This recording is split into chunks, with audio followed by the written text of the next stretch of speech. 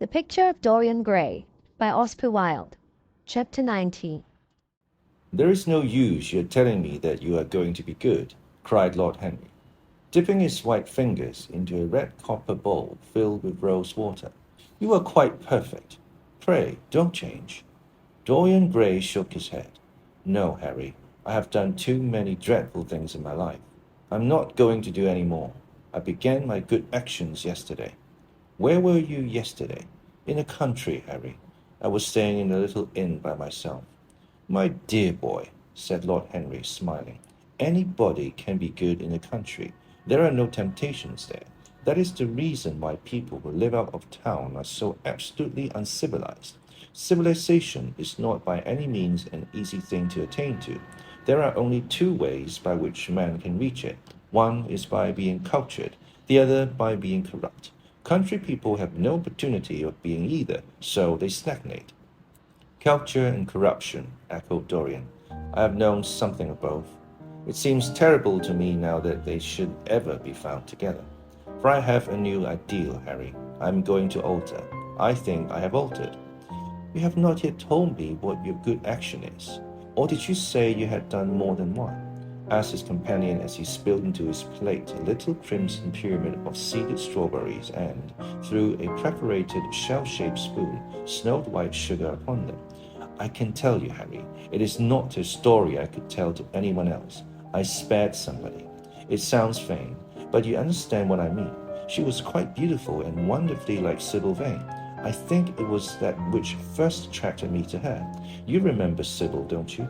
How long ago that seems. Well, Hetty was not one of your own class, of course. She was simply a girl in the village, but I really loved her. I'm quite sure that I loved her. All during this wonderful May that we have been having, I used to run down and see her 2 or 3 times a week. Yesterday she met me in the little orchard. The apple blossoms kept tumbling down her hair, and she was laughing. We were to have gone away together this morning at dawn. Suddenly I determined to leave her as flower-like as I had found her." "I should think the novelty of the emotion must have given you a thrill of real pleasure, Dorian," interrupted Lord Henry. "But I can finish your idyll for you. You gave her good advice and broke her heart. That was the beginning of your reformation." "Harry, you are horrible. You mustn't say these dreadful things. Hetty's heart is not broken. Of course, she cried and all that, but there is no disgrace upon her. She can live, like Perdita, in her garden of mint and marigold." "And weep over a faithless Florizel," said Lord Henry, laughing, as he leaned back in his chair. "My dear Dorian, you have the most curiously boyish moods. Do you think this girl will ever be really content now with anyone of her own rank? I suppose she will be married some day to a rough carter or a grinning ploughman.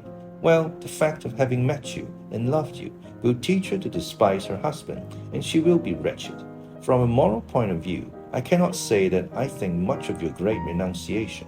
Even as a beginning, it is poor. Besides, how do you know that Hetty isn't floating at the present moment in some starlit mill pond, with lovely water lilies round her, like Ophelia? I can't bear this, Harry. You mock at everything, and then suggest the most serious tragedies. I'm sorry I told you now. I don't care what you say to me. I know I was right in acting as I did.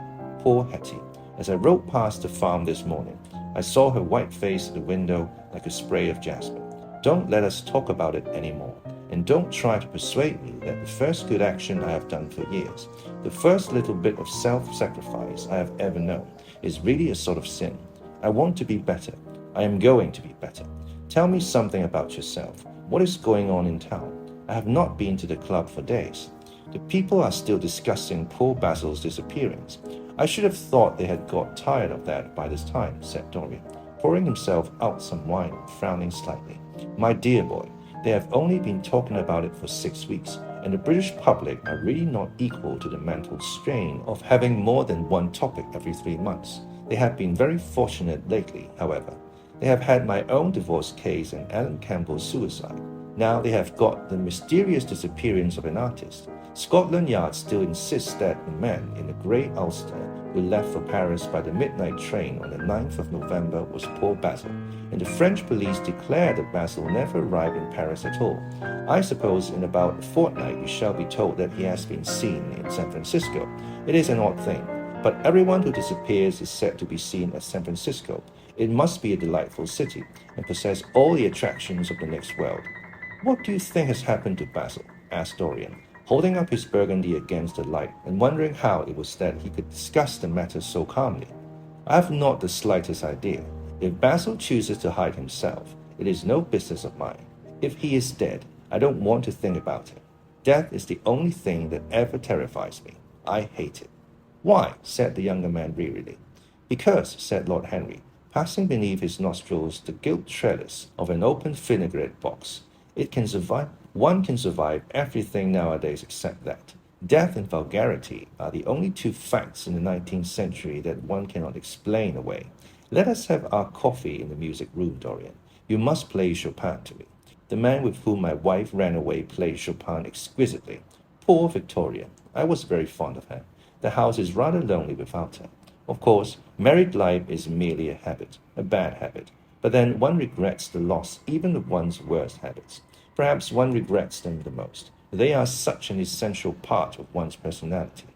Dorian said nothing, but rose from the table, and passing into the next room, sat down to the piano and let his fingers stray across the white and black ivory of the keys. After the coffee had been brought in, he stopped, and looking over at Lord Henry, said, Harry, did it ever occur to you that Basil was murdered? Lord Henry yawned. Basil was very popular, and always wore a Waterbury watch. Why should he have been murdered? He was not clever enough to have enemies. Of course, he had a wonderful genius for painting, but a man can paint like Velasquez and yet be as dull as possible. Basil was really rather dull. He only interested me once, and that was when he told me, years ago, that he had a wild adoration for you and that you were the dominant motive of his art. I was very fond of Basil, said Dorian with a note of sadness in his voice. But don't people say that he was murdered? Oh, some of the papers do. It does not seem to me to be at all probable. I know there are dreadful places in Paris, but Basil was not the sort of man to have gone to them. He had no curiosity. It was his chief defect. What would you say, Harry, if I told you that I had murdered Basil? Said the younger man. He watched him intently after he had spoken. I would say, my dear fellow, that you were posing for a character that doesn't suit you. All crime is vulgar, just as all vulgarity is crime. It is not in you, Dorian, to commit a murder. I am sorry if I hurt your vanity by saying so, but I assure you it is true. Crime belongs exclusively to the lower orders. I don't blame them in the smallest degree. I should fancy that crime was to them what art is to us, simply a method of procuring extraordinary sensations. A method of procuring sensations. Do you think, then, that a man who has once committed a murder could possibly do the same crime again? Don't tell me that. Oh, anything becomes a pleasure if one does it too often, cried Lord Henry, laughing. That is one of the most important secrets of life. I should fancy, however, that murder is always a mistake. One should never do anything that one cannot talk about after dinner. But let us pass from poor Basil. I wish I could believe that he had come to such a really romantic end as you suggest, but I can't. I dare say he fell into the Seine of an omnibus and that the conductor hushed up the scandal. Yes, I should fancy that was his end. I see him lying now on his back under those dull green waters, with the heavy barges floating over him and long weeds catching in his hair. Do you know, I don't think he would have done much more good work. During the last 10 years, his painting had gone off very much. Dorian heaved a sigh, and Lord Henry strolled across the room and began to stroke the head of a curious Java parrot, a large grey plumaged bird with pink crest and tail that was balancing itself upon a bamboo perch. As his pointed fingers touched it, it dropped a white scurf of crinkled lids over black glass-like eyes and began to sway backwards and forwards. Yes, he continued, turning round and taking his handkerchief out of his pocket. His painting had quite gone off. It seemed to me to have lost something. It had lost an ideal. When you and he ceased to be great friends, he ceased to be a great artist. What was it separated you? I suppose he bored you. If so, he never forgave you. It's a habit bores have. By the way, what has become of that wonderful portrait he did of you?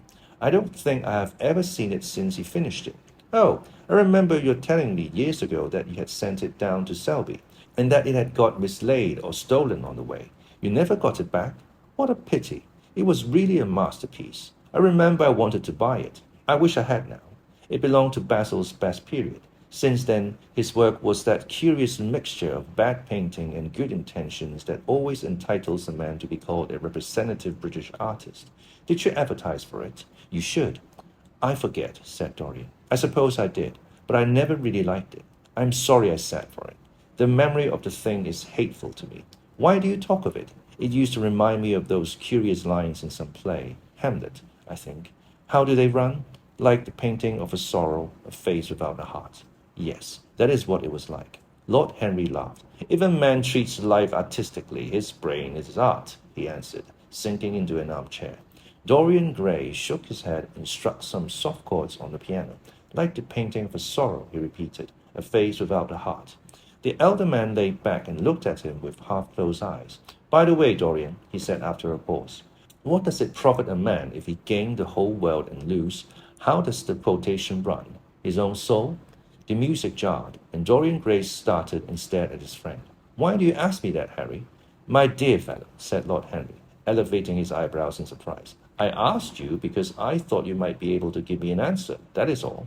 I was going through the park last Sunday, and close by the Marble Arch there stood a little crowd of shabby-looking people listening to some vulgar street preacher.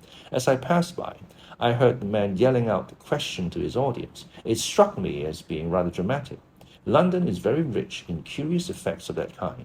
A wet Sunday, an uncouth Christian in a mackintosh, a ring of sickly white faces under a broken roof of dripping umbrellas, and a wonderful phrase flung into the air by shrill, hysterical lips. It was really very good in its way, quite a suggestion. I thought of telling the prophet that art had a soul, but that man had not. I'm afraid, however, he would not have understood me. Don't, Harry. The soul is a terrible reality. It can be bought and sold and bartered away. It can be poisoned or made perfect. There is a soul in each one of us. I know it. Do you feel quite sure of that, Dorian? Quite sure. Ah, then it must be an illusion. The things one feels absolutely certain about are never true. That is the vitality of faith and the lesson of romance. How grave you are. Don't be so serious. What have you or I to do with the superstitions of our age? No, we have given up our belief in the soul. Play me something. Play me a nocturne, Dorian. And as you play, tell me, in a low voice, how you have kept your youth. You must have some secret. I am only 10 years older than you are, and I am wrinkled and worn and yellow. You are really wonderful, Dorian. You have never looked more charming than you do tonight. You remind me of the day I saw you first. You were rather cheeky, very shy, and absolutely extraordinary. You have changed, of course, but not in appearance. I wish you would tell me your secret. To get back my youth, I would do anything in the world, except take exercise, get up early, or be respectable. Youth. There is nothing like it. It's absurd to talk of the ignorance of youth. The only people to whose opinions I listen now with any respect are people much younger than myself. They seem in front of me. Life has revealed to them her latest wonder. As for the aged, I always contradict the aged. I do it on principle. If you ask them their opinion on something that happened yesterday, they solemnly give you the opinions current in 1820, when people wore high stocks, believed in everything, and knew absolutely nothing. How lovely that thing you are playing is. I wonder, did Chopin write it in Mallorca, with the sea weeping round the villa and the salt spray dashing against the panes? It is marvelously romantic. What a blessing it is that there is one art left to us that is not imitative. Don't stop. I want music tonight. It seems to me that you are the young Apollo and that I am Marsyas listening to you. I have sorrows, Dorian, of my own, that even you know nothing of. The tragedy of old age is not that one is old, but that one is young. I am amazed sometimes at my own sincerity. Ah, Dorian, how happy you are. What an exquisite life you have had. You have drunk deeply of everything. You have crushed the grapes against your palate. Nothing has been hidden from you, and it has all been to you no more than the sound of music. It has not marred you. You are still the same. I am not the same, Harry. Yes, you are the same. I wonder what the rest of your life will be. Don't spoil it by renunciations. At present, you are a perfect type. Don't make yourself incomplete. You are quite flawless now. You need not shake your head. You know you are. Besides, Dorian, don't deceive yourself. Life is not governed by will or intention. Life is a question of nerves and fibers and slowly built up cells in which thought hides itself and passion has its dreams. You may fancy yourself safe and think yourself strong, but a chance tone of color in a room or a morning sky, a particular perfume that you had once loved and that brings subtle memories of it, a line from a forgotten poem that you had come across again, a cadence from a piece of music that you had ceased to play. I tell you, Dorian, that it is on things like these that our lives depend. Browning writes about that somewhere, but our own senses will imagine them for us. There are moments when the odor of white lilac passes suddenly across me, and I have to live the strangest month of my life over again. I wish I could change places with you, Dorian. The world has cried out against us both, but it has always worshipped you. It always will worship you. You are the type of what the age is searching for, and what it is afraid it has found. I am so glad that you have never done anything, never carved a statue, or painted a picture, or produced anything outside but yourself. Life has been your art. You have set yourself to music. Your days are your sonnets. Dorian rose up from the piano and passed his hand through his hair. Yes, life has been exquisite, he murmured, but I am not going to have the same life, Harry. And you must not say these extravagant things to me. You don't know everything about me. I think that if you did, even you would turn from me. You laugh. Don't laugh. Why have you stopped playing, Dorian? Go back and give me the nocturne over again. Look at that great honey-colored moon that hangs in the dusty air. She is waiting for you to charm her, and if you play, she will come closer to the earth. You won't? Let us go to the club then. It has been a charming evening, and we must end it charmingly. There is someone at White's who wants immensely to know you. Young Lord Poole, Bournemouth's eldest son. He has already copied your neckties and has begged me to introduce him to you. He is quite delightful and rather reminds me of you. I hope not, said Dorian with a sad look in his eyes. But I am tired tonight, Harry. I shan't go to the club. It is nearly 11, and I want to go to bed early. Do stay. You have never played so well as tonight. There was something in your touch that was wonderful. It had some expression that I had ever heard from it before. It is because I am going to be good, he answered, smiling. I am a little changed already. You cannot change to me, Dorian, said Lord Henry. You and I will always be friends. Yet you poisoned me with a book once. I should not forgive that, Harry. Promise me that you will never lend that book to anyone. It does harm. My dear boy, you are really beginning to moralize. You will soon be going about like the converted and the revivalist, warning people against all the sins of which you have grown tired. You are much too delightful to do that. Besides, it is no use. You and I are what we are, and will be what we will be. As for being poisoned by a book, there is no such thing as that. Art has no influence upon action. It annihilates the desire to act. It is superbly sterile. The books that the world calls immoral are books that show the world its own shame. That is all. But we won't discuss literature. Come round tomorrow. I am going to ride at 11. We might go together, and I will take you to lunch afterwards with Lady Branksome. She is a charming woman, and wants to consult you about some tapestry she is thinking of buying. Mind you come. Or shall we lunch with our little Duchess? She says she never sees you now. Perhaps you are tired of Gladys? I thought you would be. Her clever tongue gets on one's nerves. Well, in any case, be here at 11.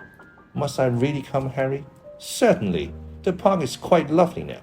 I don't think there have been such lilacs since the year I met you. Very well. I shall be here at 11, said Dorian. Good night, Harry. As he reached the door, he hesitated for a moment, as if he had something more to say. Then he sighed and went out. Idyll. Idyll. Now, an extremely happy, peaceful, or picturesque period of situation, typically an idealized or unsustainable one.